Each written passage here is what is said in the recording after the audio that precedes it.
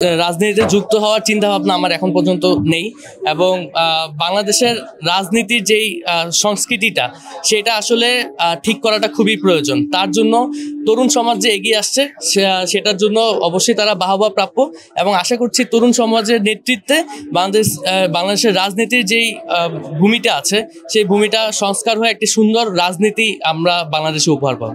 আপনারা দেখতে পেরেছেন যে এত বড় একটি ম্যাসাকার করার পরেও, এতজন মানুষের জীবন নেওয়ার পরও তাদের কারোরই কোনো অনুশোচনা নেই। তো তাদের অনুশোচনা নেই এবং তাদের যতদিন পর্যন্ত বিচার না হচ্ছে ততদিন পর্যন্ত অ্যাটলিস্ট ততদিন পর্যন্ত তাদেরকে নিষিদ্ধ করা উচিত, যতদিন পর্যন্ত তাদের সম্পূর্ণ বিচার না হচ্ছে। বিচারের পর যদি কোনো ভালো মানুষ থেকে থাকতে আওয়ামী লীগে, সে যদি রাজনীতিতে যুক্ত হতে পারে, সে যুক্ত হওয়ার অধিকার রাখে।